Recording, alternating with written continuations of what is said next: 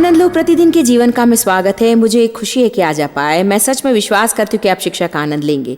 मैं सोचती हूँ कि कई बार अक्सर हम ये सोचकर थक जाते कि हम हमेशा युद्ध करते हैं, परंतु खुश खबर यह है कि परमेश्वर का वचन कहता है कि युद्ध आपका नहीं परंतु उसका है। मुझे ये दोहराने दें, युद्ध आपका नहीं है परंतु परमेश्वर का है। हमारे साथ बने रहें, संदेश अपने अंदर गहराई में ले लें और परमेश्वर के विश्राम में प्रवेश करें।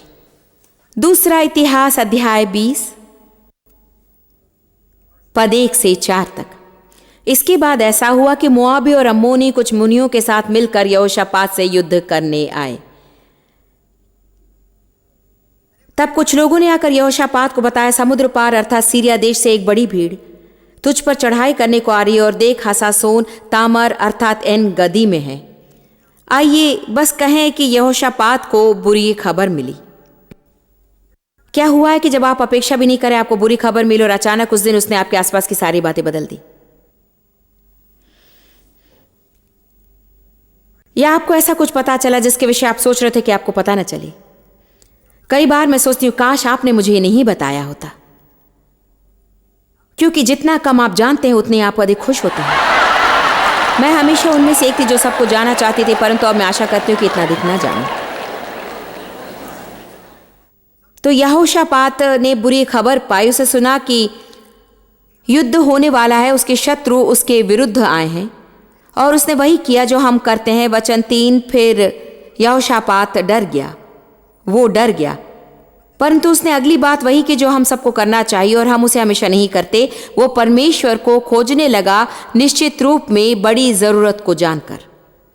अब ये सच में बहुत ही अद्भुत संदेश है, क्योंकि वो कहता है उसके शत्रु अचानक उसके विरोध में आए। उसने बुरी खबर पाई, डर आ गया और अगली बात उसने की, उसने कहा मैं परमेश्वर को खोजूंगा। आपको इसे समझना होगा, क्योंकि कई बार हम क्या करते हैं जब हमारे शत्रु आते हैं, डर आता है और हम कहते हैं मैं क्या कर सकता हूं। अपने मित्र को फोन करते हैं, आप क्या सोचते कि मुझे करना चाहिए? यदि आप मेरी जगह होते तो क्या करते? मैंने सुना कि 1 साल पहले आपकी यही समस्या थी, आपने क्या किया था? सिंहासन के पास जाएं, फोन के पास नहीं।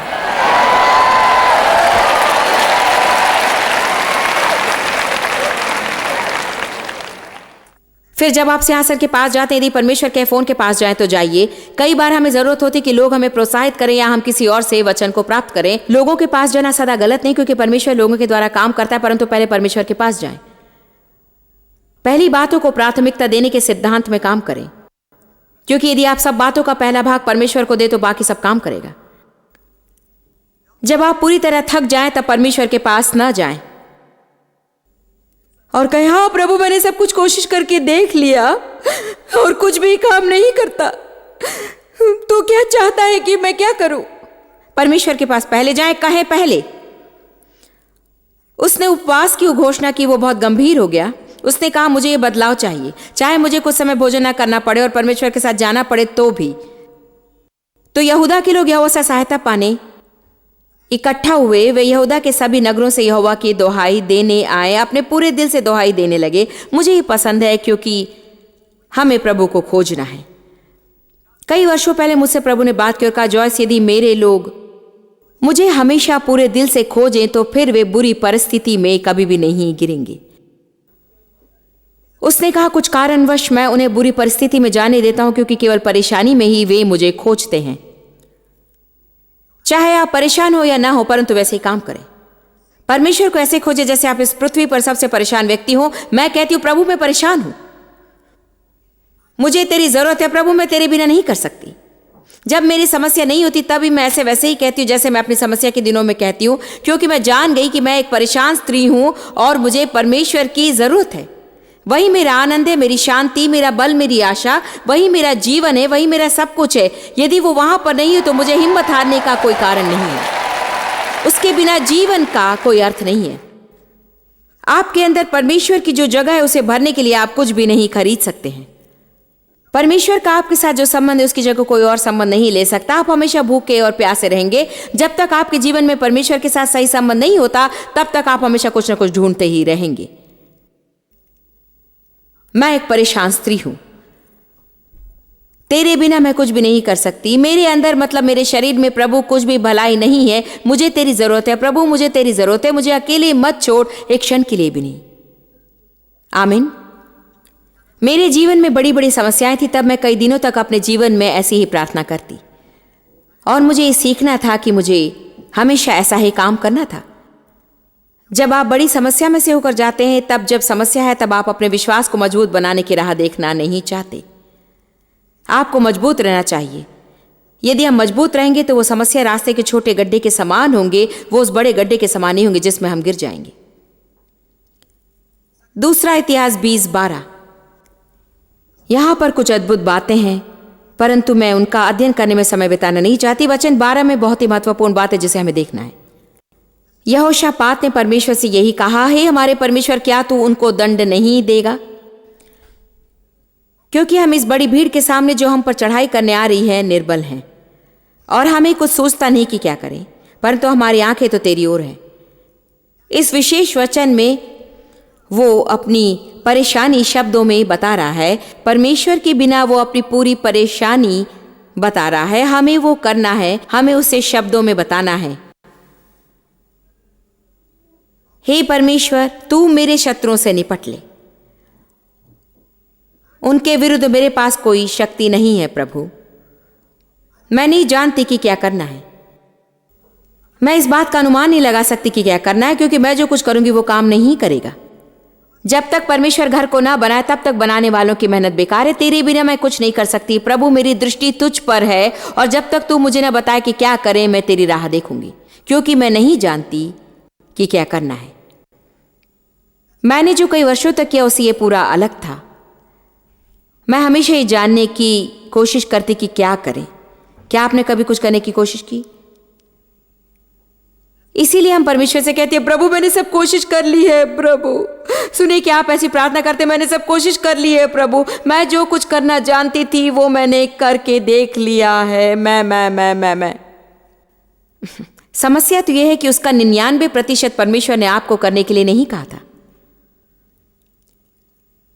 हमें प्रभु की राह देखने से शुरू करना चाहिए, प्रभु को खोजने से शुरू करना चाहिए। हम उस खिलौने के समान है। परमेश्वर ने मुझे ये उदाहरण बताया था। मेरे नाती पोती के पास ये छोटा खिलौना है और ये मैकेनिकल रोबोट्स है और वे उसमें चाबी भरते हैं। हम भी बिल्कुल वैसे हैं। आप उस खिलौने में पूरी चाबी भरते हैं और वो शुरू हो जाता है। हम जब अपनी योजना के साथ शुरू करते तब हम ऐसे ही होते हैं। हम हमारी योजना से काम करते हैं, हमारे मित्रों को बताते हैं और शैतान को डांटते हैं। हम सहमत होते हैं और शुरू हो जाते हैं। जानते थोड़े समय के बाद में वो खिलौना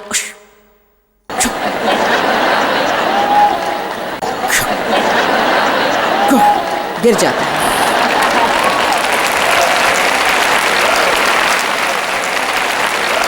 हम अपनी योजना के साथ शुरू करते हैं, परंतु जल्दी हमारी शक्ति खत्म हो जाती है और हम कहते हैं, मैं नहीं जानती कि तू क्या चाहता है कि मैं क्या करूं प्रभु। मैंने सब कुछ करके देख लिया और कुछ भी काम नहीं करता है। मैं हिम्मत हार गई।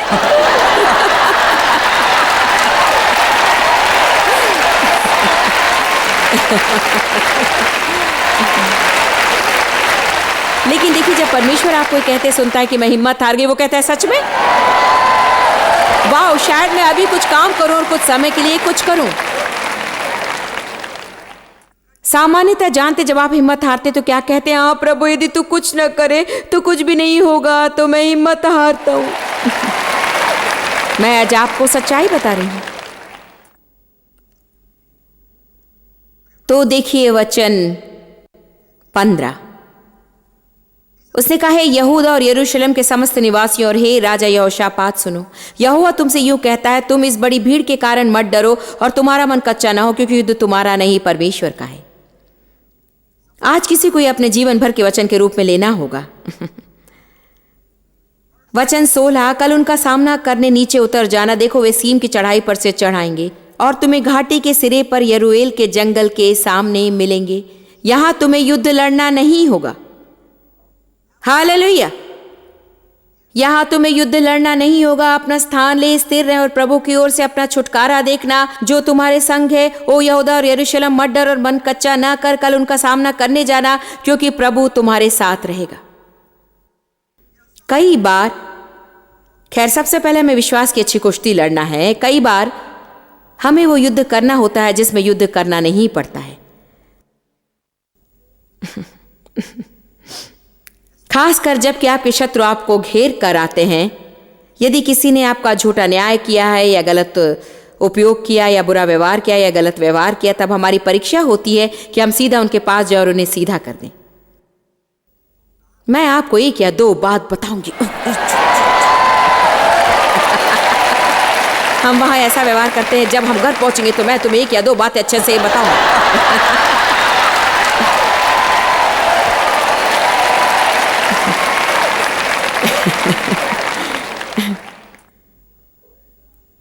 मुझे याद है मैंने किसी के विषय सुना था। मेरे कर्मचारी ने मुझसे कहा कि जो व्यक्ति हमारे साथ व्यापार करता है उसे उन्होंने रेस्टोरेंट में मेरे विषय बहुत ही अपमानजनक बातें करते सुना, और सच मुझे बहुत ही क्रोध आ गया। मैं लोगों को दर्शाने लगी, मैं परमेश्वर को बताने लगी कि क्या करूंगी। हाँ, बहुत हो गया, मैं उनसे लेन देन बंद कर दूंगी। यदि वो मेरे विषय से बातें करेंगे तो कोई व्यापार नहीं करूंगी। जब अंत में मैं शांत हुई, प्रभु ने कहा मैं तुम्हें बताऊंगा कि क्या करना है। सुबह लगभग 3 बजे जब मैं थक चुकी थी अपनी इस क्रिया में, कम ऑन, क्या आप सुन रहे हैं? हम बस अपने आप से भर जाते हैं। मैं ये करूंगी और मैं वो करूंगी और मैं फिर अंत में हम कहते हैं कि मैं थक रही हूं। प्रभु ने कहा तुम वही करोगी जिसका तुमने प्रचार किया। तुम उन्हें उपहार बेचकर अपने शत्रु को आशीष दोगी और तुम उनके लिए प्रार्थना करोगी और तुम उनके विषय कुछ नहीं कहोगी। तुम मुझ पर भरोसा करोगी कि मैं उनसे व्यवहार करूंगा। मैं करूंगी। कहिए मेरे प्राण शांत हो, प्रभु में विश्राम कर। ठीक है। दूसरा इतिहास 20:18। याद रखिए वचन 17 में परमेश्वर ने यहोशापात से कहा अपना स्थान ले, अपना स्थान ले, स्थिर खड़े रहे। मैंने हमेशा सोचा उसका स्थान था कि स्थिर खड़े रहना।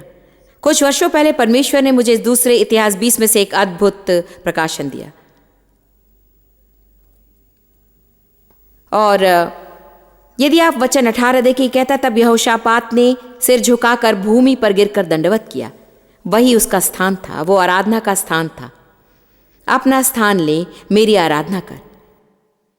अपना स्थान ले, मेरी आराधना कर। सबसे ऊंचा स्थान उसके चरणों में है।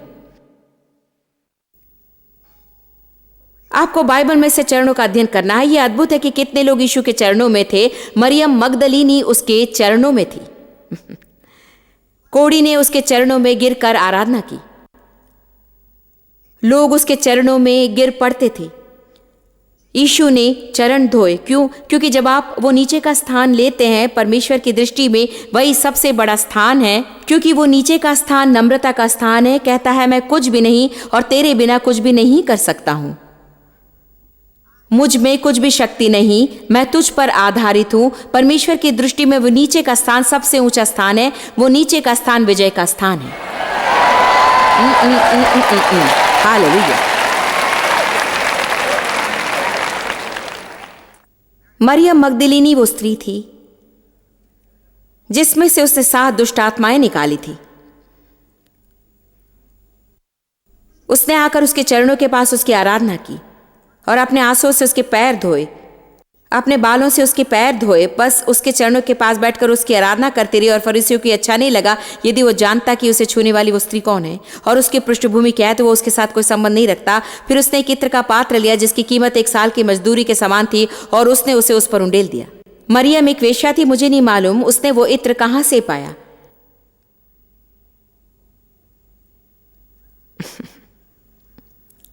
इससे धार्मिक लोग क्रोधित हो गए। वे उसे उसके भूतकाल में रखना चाहते थे। उसका दिल बदल गया, परंतु वे उसे नहीं जानते थे। वे अभी भी वो कैसे थे उसे याद कर रहे थे, परंतु यीशु जानता था कि वो बदलाव आया है। आमीन। बाइबल वो खास हमें नहीं बताती कि वो 7 दुष्ट आत्माएं कब निकाली गईं, परंतु ये इस घटना के पहले हुआ होगा। आमीन। वो यीशु के पास उसकी आराधना करने गई कि उसके एक चरणों में दंडवत करे, क्योंकि उसने पहले ही उसके जीवन को सामर्थ्य रूप में स्पर्श किया था और वो वहां और मदद की आशा करते हुए आई और उसने उससे कहा, तुम्हें क्षमा किया गया है, शांति में जाओ और पाप मत करना। ये फरीसी क्या सोचते उसके विषय चिंता न करना। मैं तुम्हारा दिल जानता हूं। मरियम यीशु की सेवकाई में उसके साथ यात्रा करती, उसकी सेवा की, उसकी देखभाल की। मरियम क्रूसीकरण के वक्त वहीं थी। वही वो पहली स्त्री थी जिससे उस स्वर्गदूत ने उस खाली कब्र में बातें की थी। मरियम वो पहली स्त्री थी जिससे यीशु ने बातें की थी। उसने कहा, जाकर कह, मुझे लगता है कि यह प्रचार मेरे लिए है।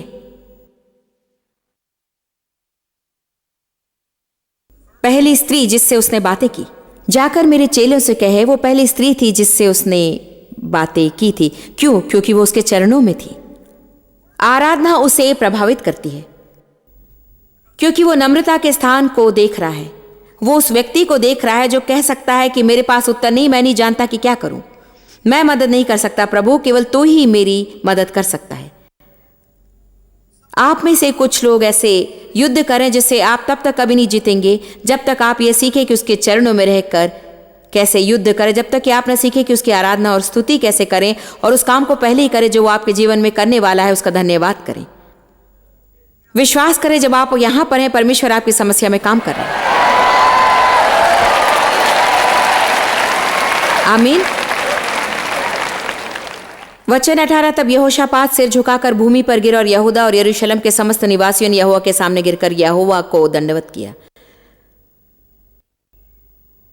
और कहातियों और कोरह वंशियों में से लेवीय लोग इस्राएल के परमेश्वर यहोवा की स्तुति अत्यंत ऊंचे स्वर से करने को खड़े हुए।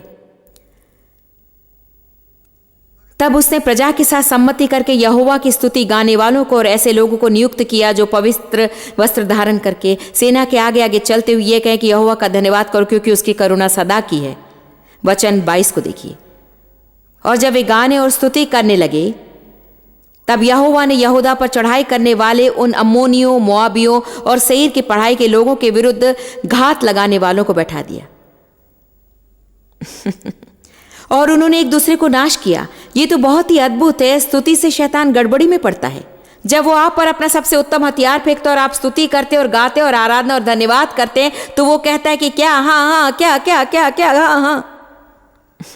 तो वे इतनी गड़बड़ी में गिर गए कि शत्रु एक दूसरे को मारने लगे। शत्रु एक दूसरे को मारने लगे। हमें प्रभु पर भरोसा रखना है। आपको कुछ समय राह देखना होगा, हम सभी को देखना है। जब आपको कोई चोट पहुंचाता है तब आपको कुछ समय राह देखना होगा कि परमेश्वर आपका रक्षक हो, और जो आप राह देखते हुए करते हैं वही परिणामों को निश्चित करता है। जंगल का व्यवहार इस बात को निश्चित करता है कि आप जंगल में कब तक रहेंगे। समझ रहे ना? आइए आज हम अपने साथ ईमानदार हो कि हम कैसे काम करते हैं, हम क्या करते हैं, हम क्या करते आए हैं। हमेशा अपनी योजना से काम करने से हमेशा निराश होते हैं, या हम यीशु के चरणों के पास गिरकर आराधना करते हुए कहते हैं मैं इसके विषय कुछ नहीं कर सकता, परंतु तू कर सकता है। प्रभु मैं तुझ पर भरोसा रखता हूँ, तुझसे प्रेम करता हूँ, तेरा धन्यवाद करता हूँ। अब आप अपना विश्वास अब मिलाएं। अब विश्वास, आप यदि आज विश्वास करेंगे तो परमेश्वर के विश्राम में प्रवेश कर सकेंगे। इब्रानियों 4 कहता है अब परमेश्वर काम कर रहा है। अब यदि आप सुबह उठकर भिखारीपन की आदत से बाहर आए तो आप प्रोत्साहित होंगे। विश्वास करने की आदत में आना कि वही पुरानी बातें, प्रभु कृपया कृपया कृपया, प्रभु कृपया, प्रभु तुझे मेरे बच्चों के विषय कुछ करना होगा। प्रभु यदि ऐसे ही चलता रहा तो मैं कुछ नहीं कर सकता, और प्रभु यदि तू मेरी नौकरी में मुझे बदलाव ना दे तो मैं कुछ भी नहीं कर सकता हूँ। मैं तुझसे कहता हूँ प्रभु मैं इसे सह नहीं सकता, तुझे ही कुछ करना होगा। ओ प्रभु तू कब काम करेगा? तू काम क्यों नहीं करता है प्रभु? कब प्रभु, कब, क्यों प्रभु, क्यों? ये भिखारी की आदत है। जानते हैं विश्वासी की क्या आदत होती है? प्रभु तेरा धन्यवाद कि तू मेरे जीवन में काम कर रहा है। तेरा धन्यवाद तू मेरे बच्चों में काम कर रहा है।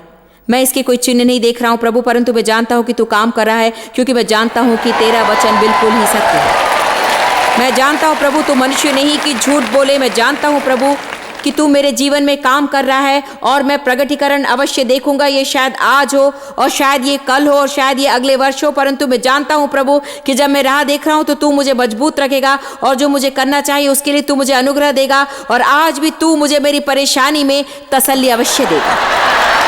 आप में से कितने फर्क देखते हैं? भिखारीपन की आदत और विश्वासी की आदत में बड़ा फर्क होता है। हम विश्वासी हैं, ना कि भिखारी। जब आप गोलियत के पास आते तो आप क्या कहते हैं? आपके मुंह से क्या बाहर आता है? क्या आप भविष्यवाणी कर रहे हैं कि ये कैसे होगा, या आप केवल शैतान को ये सारी बातें करने दे रहे हैं? हालेलुया। भजन संहिता 37:1 कहता है, कुकर्मियों के कारण मत कुढ़ और न कुटिल काम करने वालों से ईर्ष्या कर। वचन 2 प्रतिज्ञा है, वे घास के समान शीघ्र ही सूख जाएंगे, हरे पौधों के समान वे मुरझा जाएंगे। अब हमारा जल्दी और परमेश्वर का जल्दी ही एक ही बात नहीं है।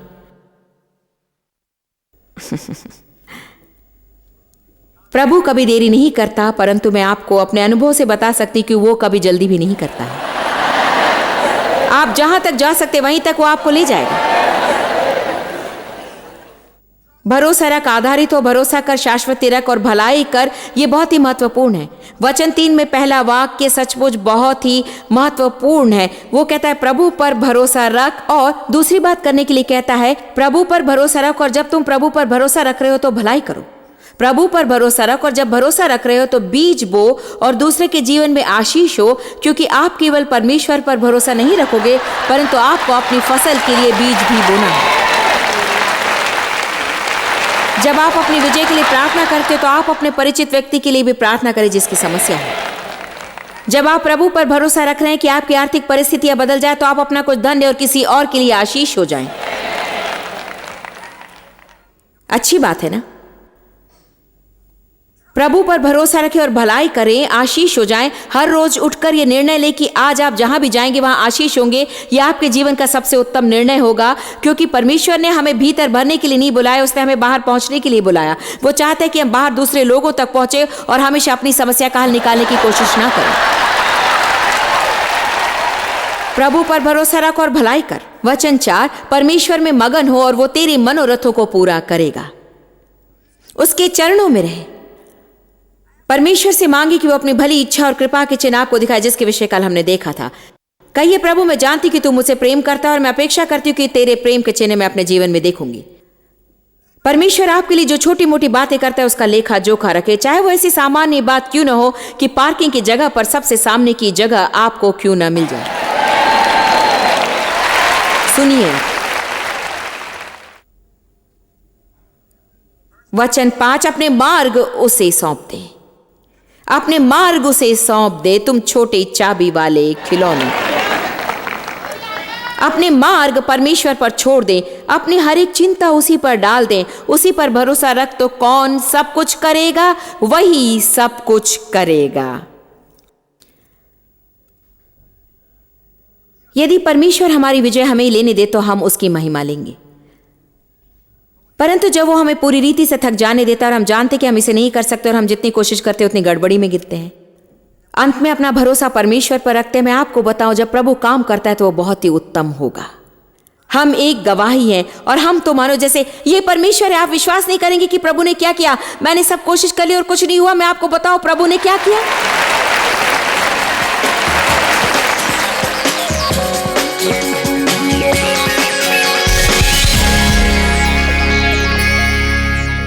आराधना युद्ध जीतती है, हमारी स्वाभाविक योजना या हमारे उत्तम विचार नहीं। आप परमेश्वर की आराधना करने में अधिक समय और खुद की शारीरिक सामर्थ्य में कम समय बिताने के द्वारा अधिक समय बचा सकते हैं।